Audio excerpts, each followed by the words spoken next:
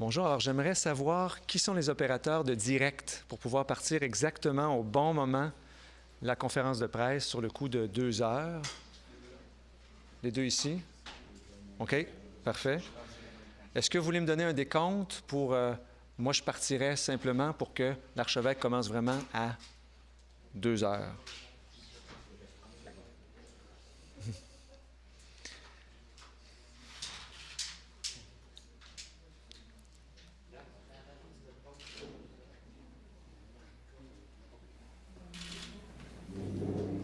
Est-ce que c'est beau si on commence dans 1 minute? C'est beau. Alors, je vais donner tout de suite les instructions. Bonjour, bienvenue à cette conférence de presse pour la création de notre cher nouveau cardinal à Québec, Gérald Cyprien Lacroix. Alors, il y aura une brève déclaration du cardinal Lacroix, suivie d'une période de questions-réponses en français, puis par la suite en anglais. Je demande aux journalistes à se présenter ici à l'avant, sachant que cette conférence de presse est également web diffusée. C'est le seul moment où il y aura des entretiens par l'archevêque aujourd'hui. Alors, il n'y aura pas d'autres entrevues individuelles cette semaine, mais en marge du prochain consistoire, il y aura des opportunités de faire des entrevues individuelles. Merci de passer par moi pour cette raison.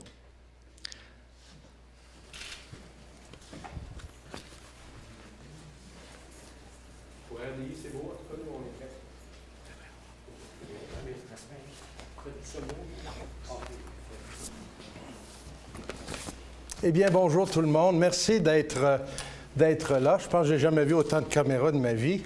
C'est quand même pas les Olympiques ici aujourd'hui. Merci d'être là au rendez-vous. Je suis heureux de partager avec vous et à travers vous, à tous les gens, toutes les personnes qui vous écoutent et vous lisent.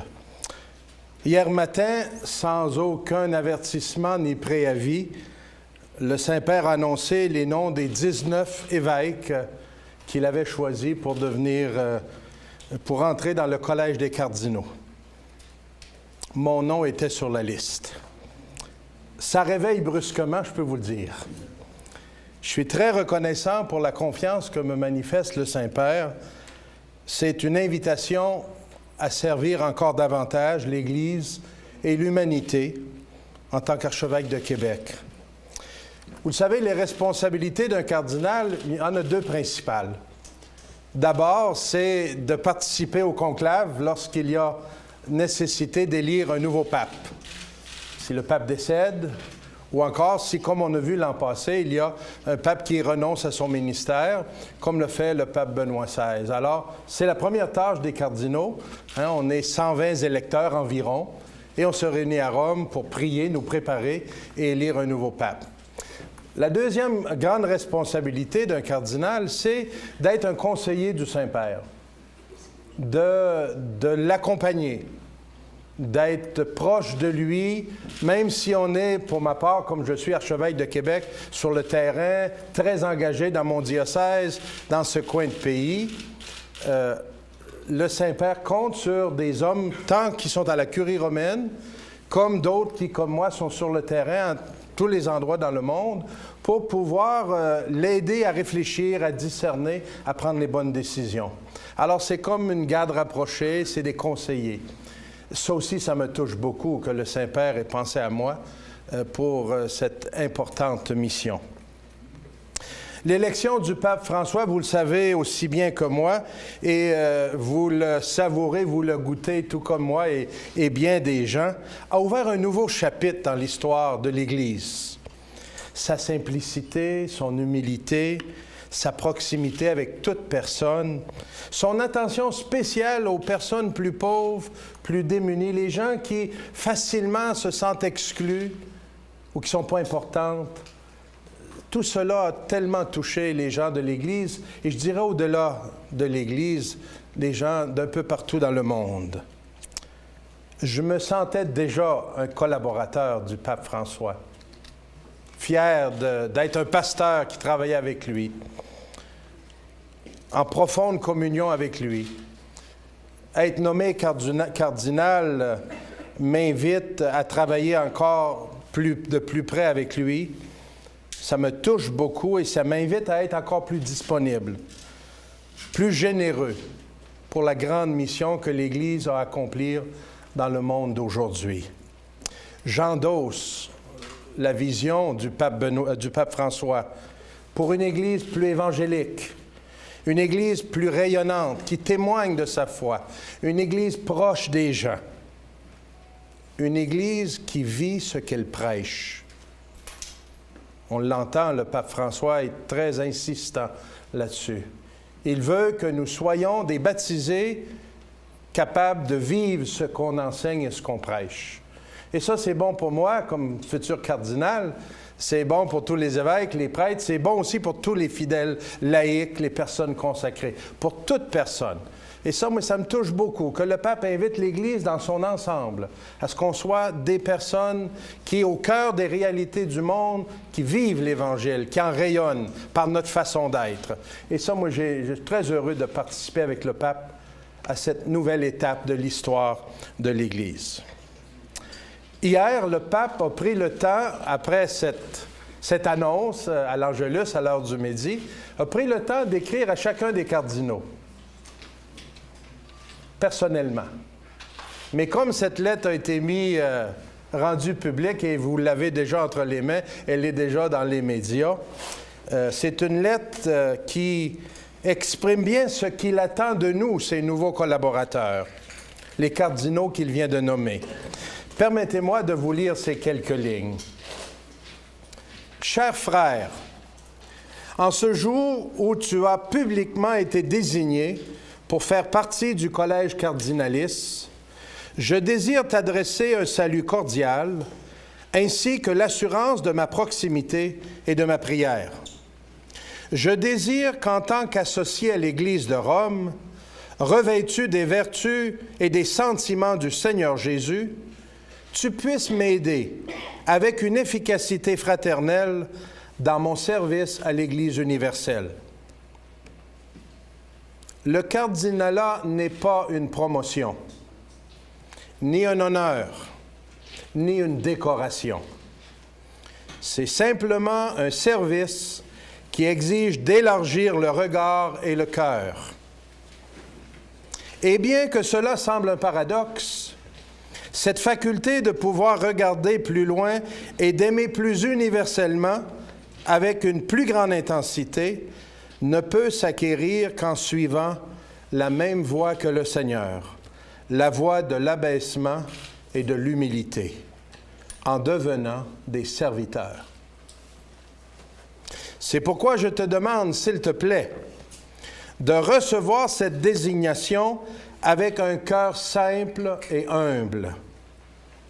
Et même si tu devais le faire avec joie et bonheur, fais en sorte que ce sentiment soit loin de toute expression de mondanité, de toute festivité étrangère à l'esprit évangélique, d'austérité, de sobriété et de pauvreté. Nous nous reverrons donc le 20 février prochain, quand nous commencerons les 2 jours de réflexion sur la famille. Je reste à ta disposition et s'il te plaît, je te demande de prier, de faire prier pour moi. Que Jésus te bénisse et la Sainte Vierge te protège. Ça commence bien, une nouvelle mission comme cardinal. Vous voyez les dispositions avec le pape nous invite à servir dans l'humilité. Ça me plaît beaucoup. Rassurez-vous, je demeure à Québec.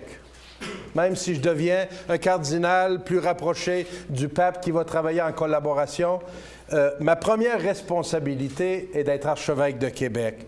J'en suis très fier. D'être pasteur d'une belle et grande communauté qui compte presque 200 paroisses regroupées en paroisses et en communautés locales, qui regroupe plus d'1 million de personnes dans notre diocèse de Québec. Je continue d'investir le meilleur de mon énergie, de mes ressources, de mon temps, ici, dans le diocèse de Québec, à œuvrer avec des personnes extraordinaires avec lesquelles je fais équipe, d'autres évêques, des prêtres, des diacres, des personnes consacrées, des agents, des agentes de pastoral laïque, intervenants, intervenantes, des familles, des jeunes, des moins jeunes. Ensemble, nous sommes l'Église de Québec. Ensemble, nous voulons vivre cette mission de présence, d'annonce de l'Évangile, de témoignage. Je suis très touché aussi que le pape me nomme cardinal au début de cette année jubilaire, du 350e anniversaire de la fondation de la paroisse Notre-Dame. C'est touchant que le pape ait parlé de nous 2 fois dans un mois, le 8 décembre pour l'ouverture de la Porte Sainte et l'ouverture de notre jubilé, et ce dimanche pour ma nomination. Ma nomination comme cardinal rejaillit sur tout le diocèse de Québec. Le pape connaît Québec pour y être venu. En 2008, il était ici pour le Congrès eucharistique international. Il connaît l'importance de ce diocèse, berceau de la foi catholique au Canada, en Amérique du Nord. Il connaît aussi les défis qui sont devant nous, de la nouvelle évangélisation. Eh bien, moi, humblement, je suis heureux de continuer à travailler dans cette belle mission. Et je vous remercie beaucoup de votre présence. Très bien. Alors, mon nom est Jasmin Lemieux-Lefebvre du service des communications du diocèse. J'aurai le plaisir d'animer la période de questions. Alors, j'invite les journalistes à se présenter à l'avant, au micro. Une question par journaliste. On a beaucoup de journalistes. Les questions en français dans un premier temps, en anglais dans un deuxième temps. Merci beaucoup. Oui, bonjour, Monseigneur Lacroix. J'ai parlé à certaines personnes qui se disaient, Monsieur Lacroix, c'est quelqu'un qui va pas forcément être aussi provocateur que l'était votre prédécesseur, mais est-ce que vous ne devriez pas prendre position sur certains sujets plus fortement de peur de ne finalement rien changer si vous gardez cette attitude un peu sous le radar, vous n'êtes pas provoqué rien, mais ça ne changera rien non plus. Qu'est-ce que vous pensez de cette réflexion? Et moi, je pense que ce qui nous provoque le plus, c'est l'Évangile. Et c'est ce que le pape prêche, annonce et enseigne, et c'est très provoquant. Vous voyez les réflexions qu'il nous apporte, ses homélies, ses discours, sont très provocants. Moi, je suis dans cette ligne-là. Je pense que c'est l'Évangile qui nous provoque, qui nous questionne, qui nous invite, qui nous exhorte et qui nous aide à changer notre cœur. Bien oui, j'ai touché des grandes questions de l'heure. J'en ai parlé à différents moments depuis que je suis archevêque de Québec, comme j'en parlais avant comme prêtre et comme évêque auxiliaire. Mais je pense que ce qui nous aide à changer, c'est quand le cœur est touché. Quand le cœur est touché, quand le cœur est en relation avec Dieu, et moi, c'est ce qui va m'aider à changer ma vie, et les gens autour de moi, on ne commence pas par parler des questions de morale, on commence par inviter à une relation avec Dieu. Et en tout cas, moi, c'est comme ça que j'aime travailler. Et que vous convenez que vous êtes plus conciliant, vous avez une attitude conciliante par rapport à Monseigneur Ouellet? Oh, c'est difficile de... On a chacun notre façon de faire. Moi, je suis moi, je travaille de cette façon-là, et je trouve que la prédication... Parlant de grands débats de l'heure, il y a celui de la Charte au Québec. On sait que le gouvernement veut interdire aux croyants d'afficher leur foi en milieu de travail, dans la fonction publique. Pouvez-vous nous rappeler votre position là-dessus? Oui, bien, j'ai déjà eu l'occasion de parler à ce sujet-là à quelques reprises, soit par des entrevues pour les journaux. Moi, je trouve que c'est un débat très important dans notre société actuellement. La liberté de pouvoir exprimer notre foi en privé ou en public, et c'est un droit que nous donne la Charte des droits et libertés. Et qu'un gouvernement veuille interdire. Hein? D'abord, ils ne peuvent pas nous interdire de professer notre foi. Ils veulent interdire de porter des signes extérieurs. Notre foi, en la vivant, on la porte. On est un témoin. Personne ne peut nous empêcher d'être des personnes accueillantes, des personnes qui pardonnent, des personnes qui partagent, ouverts aux autres, solidaires, qui luttent pour la justice. Mais aussi, on doit être capable, dans une société démocratique comme la nôtre, d'être capable d'exprimer nos valeurs et d'être capable aussi de s'identifier comme croyant ou non croyant. Alors, ce qui m'a beaucoup inquiété dans ce débat-là, c'est que je trouve qu'au lieu de rassembler le peuple québécois, il a semé beaucoup de divisions. C'est un débat qui, au lieu de nous rassembler, nous fait nous regarder les uns les autres avec suspicion. Et je ne suis pas toujours sûr que c'est bon. Moi, je ne suis pas sûr qu'on avait besoin d'une charte pour regarder les questions qui sont là. Bien sûr, il y a des accommodements nécessaires. Ça, je pense bien qu'on est d'accord. Mais je trouve que ça dépasse la mesure. Je vois que vous estimez que le Québec est engagé dans une mauvaise voie sur cette question-là. Diriez-vous que le débat sur la charte actuellement ou sur la laïcité en général crée autant de divisions qu'un débat, par exemple, sur une question épineuse comme l'avortement? Est-ce que vous y voyez un parallèle? Bon, bien, c'est différent, c'est sûr. Mais la question de la liberté religieuse, elle est fondamentale. Elle est fondamentale. Et nous devons continuer à pouvoir nous exprimer ici, dans ce sens-là. On va passer à une autre Merci. question. Peut-être vous demander, je ne sais pas si vous avez eu le temps de réfléchir, c'est assez récent, votre nomination. Est-ce que vous avez des projets particuliers? Est-ce qu'on peut s'attendre à une visite du Saint-Père à Québec prochainement? Ou... Pourquoi je m'attendais à cette question-là, donc? Il n'y a pas de projet en ce sens-là dans le moment. Mais je peux vous dire les miens, mes projets, parce que j'en ai. C'est de continuer de travailler avec l'équipe qui est ici à Québec pour que notre Église soit une présence signifiante au cœur de cette société. Entretenir et encourager, accompagner toutes les petites communautés chrétiennes locales, nous équiper avec les outils de l'Évangile pour répondre aux besoins de l'heure et être capable de former des chrétiens pour qu'ils soient des témoins et qu'on participe à la construction d'une civilisation plus juste, plus humaine. Ça, c'est le projet à temps plein que j'ai le goût de continuer à travailler avec notre monde. Et évidemment, avec les contacts peut-être plus fréquents que j'aurai avec la Curie romaine, avec le Saint-Père, à travers différentes rencontres, j'espère aussi pouvoir aider à cette réflexion et apprendre des autres, en échangeant avec d'autres pays, de d'autres nationalités, de d'autres continents. On apprend et on partage des choses qui nous enrichissent.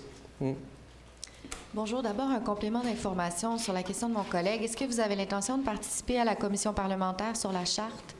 L'Assemblée des évêques catholiques du Québec a déposé un mémoire. Et oui, nous participons en tant qu'Assemblée, tous les évêques du Québec. Vous savez, ça fait longtemps qu'on réfléchit à cette question-là. L'an passé, déjà, on avait publié une lettre catholique dans un Québec pluraliste qui donne un peu notre façon de voir cette question-là et qui essaie de mettre un peu de... plus que notre opinion, mais sur quoi on se base, nous, pour voir pourquoi c'est important la séparation de l'Église et de l'État et quels sont les enjeux et ce dont on doit faire attention. Alors, on a senti le besoin, à ce moment-ci, de déposer un mémoire et lorsque notre tour viendra, on ira bien sûr... Mais plus que la commission... nous continuons à réfléchir dans nos communautés chrétiennes, en parler et de voir comment vivre cela sur le terrain. Sinon, ma vraie question, ce serait, si je regarde l'historique des cardinaux qui ont été nommés à Québec, je pense qu'il y en a eu 8 depuis 1886. Là, on en a 2 de suite à Québec, cardinal Ouellet, vous maintenant. Là, il y a ce projet de Porte-Sainte et tout ça. Est-ce qu'on pourrait dire qu'il y a plus d'attention, vraiment une attention particulière qui est donnée à la Ville de Québec, au diocèse? Et si oui, comment est-ce que vous voulez expliquer? Répétez la dernière partie, excusez. Bien, je me demandais en fait si on pouvait croire qu'il y avait du côté de Rome une attention particulière donnée à la Ville de Québec à travers le rôle de cardinal, mais aussi à travers d'autres projets comme la Porte-Sainte. Et si c'est le cas, comment vous expliquez cela? Bien, c'est sûr que le rôle d'un pape, il est évêque de Rome, mais aussi celui qui travaille la communion de toute l'Église, qui travaille et qui soutient, qui confirme les communautés puis les frères et sœurs dans la foi partout dans le monde. Il voit certainement le pape, parce qu'il connaît le Québec, et il voit qu'on a besoin de soutien, qu'on a besoin d'encouragement, qu'on a besoin de cette nouvelle évangélisation dont parle le temps, c'est-à-dire d'annoncer d'une nouvelle façon la beauté, la fraîcheur de l'Évangile. Alors, il va nous encourager pour ce qu'on a de besoin actuellement. Moi, j'accepte tout cela comme des beaux signes de proximité de notre pape, de notre Église universelle, parce qu'à travers lui, c'est toute l'Église qui reconnaît ce qu'est Québec, nos besoins. Comme il le fait ailleurs, on le voit, le Saint-Père, bien évidemment, on est ici, on entend plus parler de nos choses, mais le Saint-Père se prononce dans différentes situations dans le monde, selon les besoins, il fait sentir proche, il envoie des gens, il soutient. Le fait qu'il ait nommé, par exemple, 2 nouveaux cardinaux, l'évêque des Cailles en Haïti, alors qu'il n'y a jamais eu de cardinal en Haïti, et ce n'est même pas un archevêque, l'archevêque de Port-au-Prince, c'est un évêque d'un plus petit diocèse. C'est une façon de dire, bien, voyez-vous, on reconnaît vos efforts, que vous avez vécu un grand tremblement de terre, vous êtes avec un peuple qui a de grands besoins, qui a besoin de se relever, sentez la proximité de l'Église avec vous. Au Burkina Faso, ailleurs dans le monde, c'est la même chose. Alors, c'est un peu le rôle du pape. Si je peux me permettre, c'est quoi nos besoins ici? On connaît ceux d'Haïti, mais... Oui. Eh bien, les tremblements de terre qu'on vit ici, c'est pas le sol qui bouge, hein? C'est pas la terre. Mais il y a des fondements, les fondements de nos familles, notre façon de vivre ensemble. Parfois, on regarde la façon qu'on vit, un certain individualisme, des fois un manque de respect pour la vie. Vous savez, c'est pas anodin que notre société, si riche de tant de façons, avec autant de ressources, soit actuellement en train de vouloir légaliser l'euthanasie. Bon, déjà, on a légalisé au début de la vie l'avortement, vers la fin de la vie, l'euthanasie. La famille est très souffrante à bien des égards, l'unité de la famille. Alors, c'est des enjeux qui font des tremblements de terre dans la société. Hein? Quand la famille est ébranlée, une société a de la difficulté à se relever et à se construire. Alors, c'est dans ce sens-là, je pense, entre autres. Hein? Monseigneur Lacroix, vous avez été nommé évêque en 2009, archevêque en 2011 et maintenant cardinal. Vous avez eu une ascension rapide. Selon vous, pourquoi et qu'est-ce que ça va changer dans votre vie maintenant? Une ascension rapide. Oui. Le pape, lui, dans sa lettre, il parle qu'il faut devenir des serviteurs humbles. Alors, c'est une descension. Oui, de fait, je trouve ça rapide, moi aussi. Je trouve ça rapide. Je n'ai pas appliqué pour aucun de ces postes-là, hein, en passant. Je les accepte humblement. Je suis heureux de... J'ai toujours dit oui, moi, à ce que mon Église m'a demandé. Puis j'ai toujours été heureux de servir là où on m'a envoyé et les missions qu'on m'a confiées. Évidemment, c'est pas parce que je deviens cardinal que ça change le monde, hein? On le sait, un cardinal, ça ne fait pas le printemps. Mais je veux bel et bien apporter mon grain de sable, je veux apporter ce que je suis. Hein? J'ai des talents, mais j'ai aussi des limites. J'ai une façon d'être et de penser, et je veux continuer de servir ici. Bon, l'Église me demandait cela, et je réponds oui, me voilà, me voici, puis je vais apporter le meilleur de moi-même. Vous pouvez être certain que je vais travailler fort pour être un bon cardinal. Et comme vous êtes assez jeune, parmi les plus jeunes au monde, qu'est-ce que ça change? Est-ce que vous pensez-vous apporter un élan de fraîcheur, si on veut? Ça veut dire que je peux être au travail assez longtemps.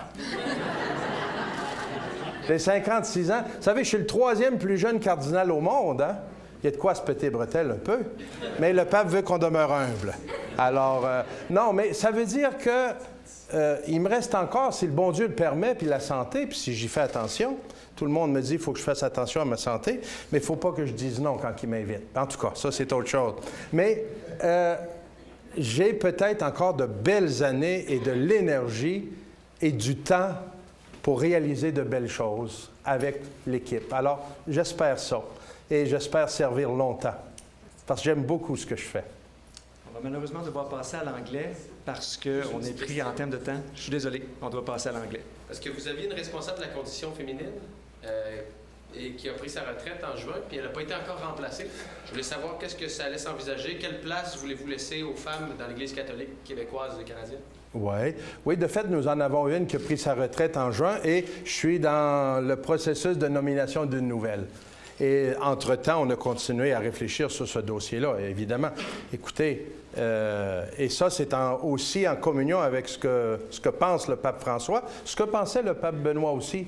La place de la femme dans l'Église, c'est très important. Alors, on continue à réfléchir à ça. Bientôt, nous aurons une nouvelle répondante pour la condition féminine. Oui, ça s'en vient. Plus de place pour les femmes ou pas plus de place pour les femmes? Leur place. Plus de place. Place, ça veut dire la même chose que maintenant, c'est ça? Non, bien, leur place. Ils doivent prendre la place qui est la leur et nous la nôtre. Chacun a sa place et on verra au fur et à mesure comment ça va évoluer. Ça fait plaisir. Merci. Hello. Hello, Monseigneur Lacroix. When you first heard the news of your appointment, what was your reaction? My reaction was, I was very surprised. You know, the Pope this time decided not to advise the future cardinals 1, 2, or 3 days ahead of time, which was the way they did things in the past. When we're appointed bishop, we're asked, and then they tell us such and such a date, it will be announced.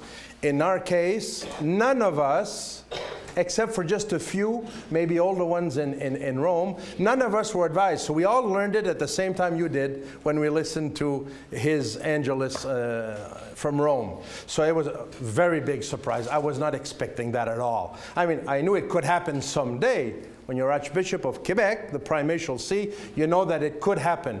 But I didn't think it would be yesterday. It was a complete shock, to tell you the truth. And you've obviously had a chance to deepen your reflection on the Charter of Quebec values. Yeah. You still think it's divisive? Yes, I do. I continue to think that we're not on the right course with this charter. Look at the fruits up to now. We're dividing people. People are every day more afraid of each other. Instead of bringing us together and bringing our cultures together and sharing the richness of who we are, we're starting to build walls and be afraid of each other. And I don't like that. I don't think that that's where humanity should be going. And you talked about freedom of religion. Of course. How important it is. Yes, the Charter of Rights, the Universal Charter of Rights, and all democratic countries agreed to this. I think it's Article 18, that we have a right to profess our faith in private or in public. And that needs to be upheld everywhere. Thank you. Bonjour, monsieur. Bonjour. So I'd like to know how are you alike and different from Pope Francis in terms of your philosophy and your approach to... Well, you know, he has a lot more experience than I do. He's a Jesuit. He's a scholar. I'm not a scholar. I would like to be, but I'm not. I have a lot of pastoral experience. I've worked on the field, in the fields with the people. I was a missionary 9 years in South America. So I know a little bit of that reality, and I worked as a missionary here and as a priest, a parish priest, and then preaching retreats, accompanying people. So we have both in common that we like to work with people. Both of us, and I'm very proud to say both of us, are in love with the gospel of Jesus Christ and believe that what the church needs the most is not first of all change its structures, but to change us.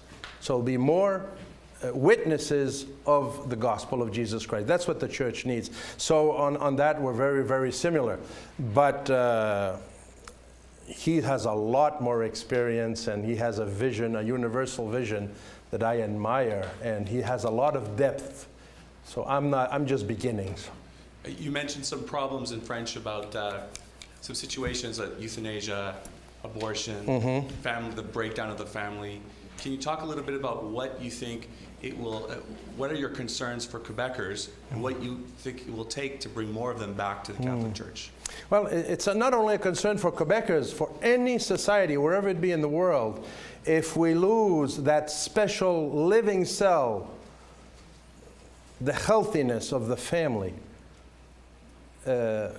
we cannot build a good society. That's the founding cell, the family. What will it take here to continue? Well, we need to work with families. We need to be able to be close to families and give them hope, give them tools. Pope Francis seems to insist a lot, and I think that is a wonderful way of thinking. We need to bring people to a deeper relationship with God. That will open their hearts to other people. It will open their hearts to the love of life, to the respect of life. It will open our eyes to the need for more justice, for more honesty, for more truth, for more love. So that's the entrance. That's how we're going to enter. So that's our main mission, to proclaim that gospel and bring people to have a change of heart so that they will be able to live abundant life and not be taken up by all the things that are unnecessary in life. I see so many people today who are not in jail behind bars, but they're more than prisoners. They're in jail because of so many things that they're dependent on. They're looking for happiness in places where it isn't. In either material goods or in substances like alcohol or drugs. Some people are in a world that isn't real. They live in they have 2,000, 3,000 Facebook friends, but they can't talk to their neighbor. They have no time for their children. That doesn't make sense. That needs to be corrected. The gospel helps us to do that. Thank you. Hi. I'm trying to get a sense a bit of the new Pope and the way that he's been doing things. Obviously, he's come out on various subjects. How do you see your role in a church that seems to have changed a lot in the last year? Well, I'm enthused, to tell you the truth. I'm full of hope and joy. The challenges are very big, but the opportunities are very big also. Can't you see there's an opening of hearts right now? I hear so many people that I meet, not in our churches only, but everywhere, in all sorts of situations. People tell me if this Pope continues, he's going to gain my heart. I want to come back and rediscover this faith in this church that I've left for 20, 30, 40 years, or that I've never discovered. He's inviting me. His way of living is an invitation. I want to get to know more. We have a lot of people in our diocese right now who are adults who want to go deep in their faith. That's wonderful. So I think that is what's changing. It's a very enthusiastic time of history to live and to share. I'm very happy to be able to live at this time in history.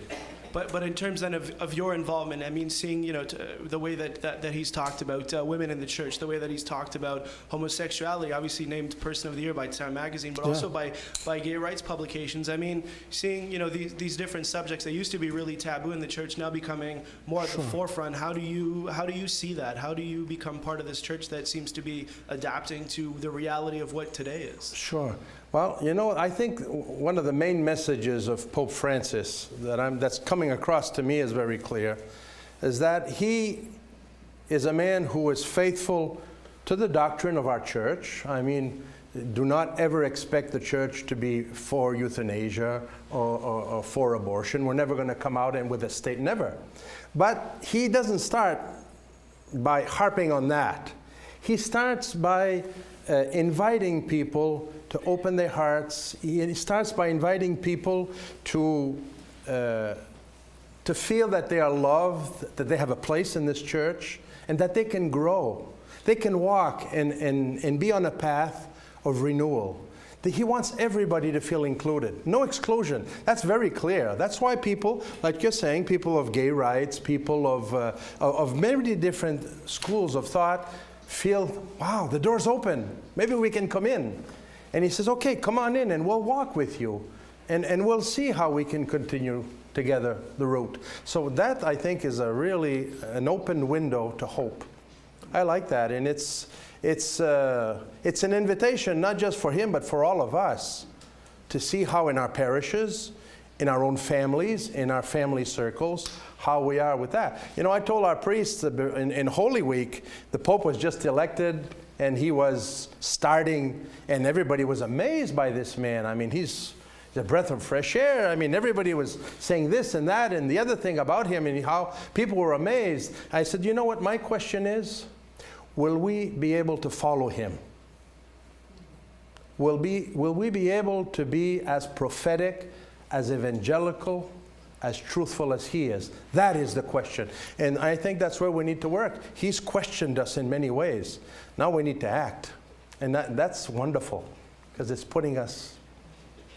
just lastly, on the role of women in the church, and obviously this question about abortion, I mean, from one spectrum, sort of not necessarily endorsing homosexuality, but then, what about, we're talking about women's rights when we're talking about gay rights, the rights of anybody. How does one take precedence over the other? Why would one maybe have a little more light shone upon it than another subject? Well, if you listen to what Pope Francis said, he's talked about for almost a year on many different subjects. He seems to want to touch every situation, every big subject, and tell people, come continue to reflect with us. Okay? He doesn't say, here's what the doctrine says. You put your life in order and then we'll talk. No. Let's walk together. That's what Jesus did a lot, He walked with people and they opened their hearts to light, to love, to truth. That's what Jesus did, and that's what Pope Francis is doing, and that's what we need to do more and more. Thank you. Thank you. Bonjour. Bonjour. On the issue of secularism, and Yes. the whole debate taking place in Quebec right now, what would you see as an acceptable compromise that would bring people together rather than divide them, as you said?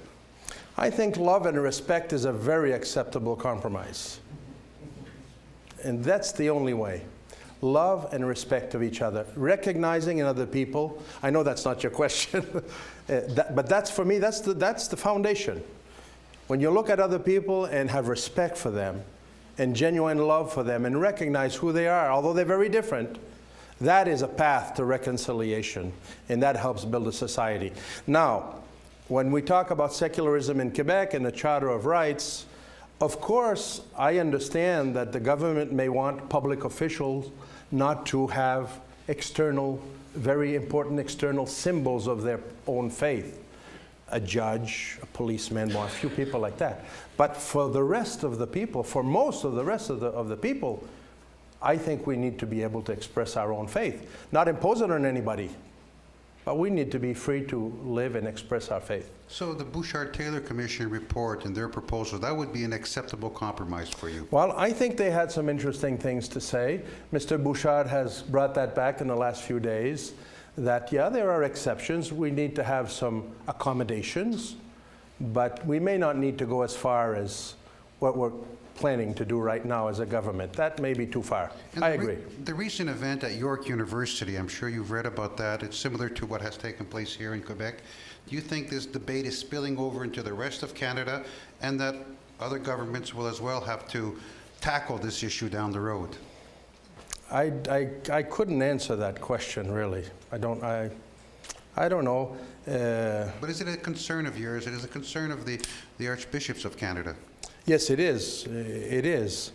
The situation in Quebec has been very special. It's been very intense. But of course, in many other provinces of Quebec, we see a lot of diversity. I mean, if you go out west, you'll see many, many people from Asia, living with other people. I was in Winnipeg just a few weeks ago for the installation of a new archbishop. 60,000 people from the Philippines live in that city. It's the city where there are most native people in Métis in all of Canada. These people seem to live fine together. So maybe we're trying to make a storm in a glass of water also. Maybe there aren't that many things that need to be looked at. Thank you. Thank you, sir. Dernière question. Petite précision, vous avez dit en anglais, Monseigneur Lacroix, vous Oui. avez parlé du pape François, que son ouverture, son vent de fraîcheur un peu. Puis juste revenir en français là-dessus. Oui. Moi, je trouve qu'une des choses extraordinaires que le pape François nous démontre, par ses discours, mais surtout par sa façon d'être, il ne semble pas insister beaucoup sur des questions de doctrine. C'est un homme qui est fidèle à la doctrine de l'Église, qui est fidèle à notre enseignement de toujours, à l'Évangile de Jésus-Christ. Mais comme Jésus-Christ, il semble passer d'abord par le cœur, par une relation, en invitant les gens, à partir du lieu où ils se trouvent, à faire route, à avancer. Moi, je trouve ça passionnant. Ça a toujours été une de mes grandes convictions. On part et on fait route avec les gens à partir de l'endroit où ils se trouvent. Tu as le goût d'avancer, tu as le goût de sortir à la lumière, tu as le goût d'être plus heureux, tu as le goût d'être plus libre. Voilà, on va faire route ensemble et on va découvrir les chemins. Et Jésus a fait ça avec les gens qu'il rencontrait partout dans l'Évangile, et c'est un chemin fructueux. Le contraire serait de dire aux gens, mettez de l'ordre dans votre vie, là, après ça, on se parlera. Après ça, vous pourrez entrer. Ça, ce n'est pas la façon chrétienne de voir le monde. Alors, moi, je suis heureux de travailler avec le pape François dans ce même sens-là, et je partage cette vision de voir. Ça ne diminue pas les exigences de l'Évangile. Les gens pensent que parce qu'il y a une ouverture, il va accepter n'importe quoi, il va faire n'importe quoi, mais pas du tout. Mais on va prendre le temps de découvrir, de grandir. Hein? Ce qui est le point de départ dans la vie chrétienne, ce n'est pas la vie morale. C'est une relation avec Dieu, c'est une rencontre avec Dieu. Ça, il a insisté dans sa dernière exhortation apostolique qu'il a publiée au mois de novembre. Dès le 3e paragraphe, il dit « J'invite tous les baptisés à renouveler leur rencontre personnelle avec Jésus-Christ. » Au moins ouvrir la porte et accepter de se laisser rencontrer par lui. Ça, c'est le point de départ. Rencontrer le Christ. Se laisser rencontrer par lui. Et une fois que le cœur est conquis, eh bien là, on commence à se rendre compte que, il y a peut-être besoin de faire un peu de ménage dans ma vie. Regardons ça, je n'avais pas vu que les vitres étaient sales. Il faudrait faire un peu de ménage, il faudrait épousseter, il faudrait dans ma vie morale. Ça vient en deuxième. Alors que souvent, même dans les questions qu'on reçoit, c'est quasiment toujours sur des questions morales et des points très précis. Et ça donne l'impression que l'Église est toujours sur cette question-là de morale. Bien, il y a beaucoup plus que ça dans notre vie. On n'en fait pas abstraction, ça vient, c'est nécessaire, mais ce n'est pas le point de départ. Alors, moi, je trouve que c'est extraordinaire que le pape François, actuellement, nous montre l'importance d'être en relation avec toute personne. Des fois, il y a des messages qui ont passé à travers les images qu'on a vues. On ne sait pas ce qu'il a dit, mais il a embrassé un homme qui était rempli. Hein, vous avez vu avec ses tumeurs sur la place Saint-Pierre. Ça fait le tour du monde, ça. Hein? Il a embrassé un enfant handicapé. Il s'est approché, il est allé visiter des personnes malades à l'hôpital. Il a accueilli des gens souffrants. Il a donné de l'importance. Ça, là, ça établit une relation, ça montre du respect. Et après ça, le reste continue. Alors, moi, je trouve que c'est merveilleux. Moi, j'ai le goût qu'on travaille comme ça ici. D'ailleurs, si on regarde d'assez près, c'est comme ça que la majorité des pasteurs travaillent, la majorité des gens. Déjà, on est convaincus de ça. Le pape nous appuie, puis on va continuer d'être ensemble. Merci beaucoup. Alors, ceci conclut cette conférence de presse. Merci beaucoup d'avoir été avec nous. Merci, Cardinal Lacroix. Merci. Bonne fin de journée. À la prochaine. On va se revoir.